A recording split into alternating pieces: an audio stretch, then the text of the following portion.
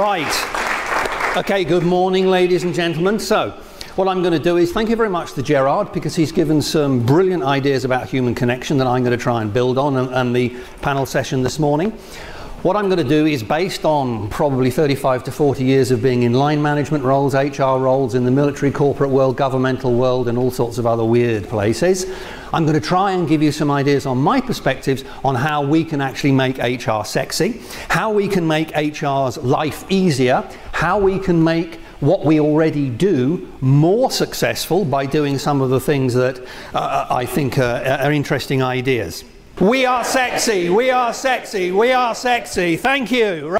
And you just say to the CFO, look, you, me, and everyone else can start that journey now.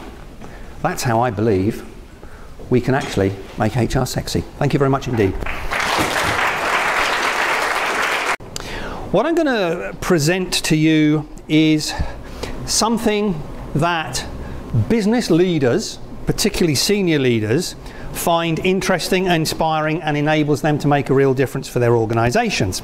If that's true of senior business leaders, but when I talk to them around the world, it can be a secret weapon for HR to say, look, to your senior leaders, there's something you need to think about. One example I work with implemented this. One piece of data. The financials went up pretty well as well.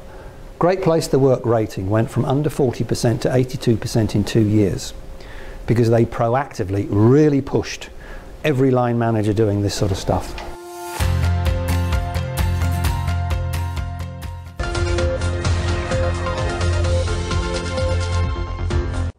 Chris Roebuck is a leadership expert at Cass Business School here in London and joins me now. Hi Chris, welcome to the programme. The transformation from effectively everybody being employed by an organisation to this gig economy, which we're hearing is 20–30% and expanding, is good for the individual organisation, because what it means is they can optimise profitability, potentially by paying less.